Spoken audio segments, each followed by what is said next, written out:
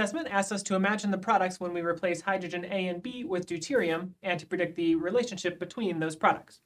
If we replace hydrogen A with deuterium, we end up with a structure that has a deuterium on carbon 4 on a wedged bond, where the hydrogen remains on a dashed bond.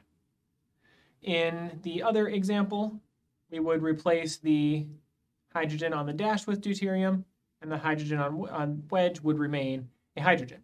These would be the two products that would result if we replace these hydrogens with deuterium.